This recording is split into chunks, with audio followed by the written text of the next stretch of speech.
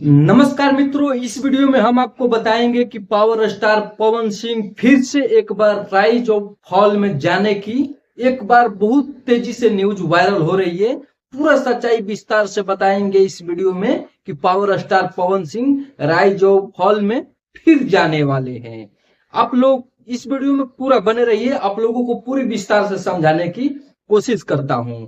Rise of fall में पिछले बार जब पवन सिंह गए थे तो उनका टीआरपी बहुत हाई लेवल पर बढ़ गई थी और बिग बॉस से टक्कर करने लगा राइज ऑफ फॉल शो, जो कि पावर स्टार पवन सिंह का फैन फॉलोइंग इतना है वो टीआरपी किंग कहे जाने लगे।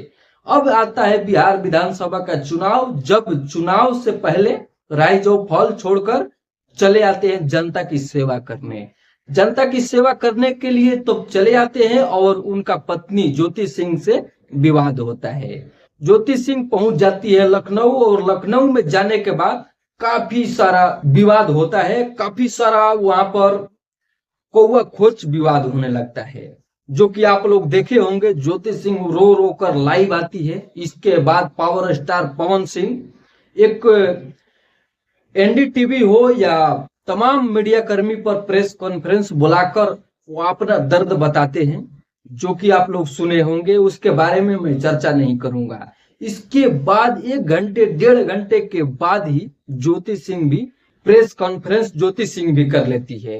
इसके बाद विवाद काफी बढ़ता है। इसके पहले जब power star Pawan Singh BJP में जाने के लिए ज्वाइन करने के लिए उपेंद्र कुशवाहा को जाकर आप लोग देखे होंगे, फोटो लगा देता हूं, देख लीजिए। इसके बाद आरके सिंह से जाकर मुलाकात करते हैं। इसके बाद नरेंद्र मोदी हो या अमित शाह जी, सब लोगों से मुलाकात करके बीजेपी में शामिल होते हैं चुनाव लड़ने के लिए। जैसे ही ये डोल ड्रामा हो जाता है सोशल मीडिया पर, वैसे ही power star Pawan Singh party से चुनाव लड़ने के लिए सोशल मीडिया पर मना कर देते हैं। मना करने के बाद पूरे राजनीतिक माहौल में भूचाल सा आ गया।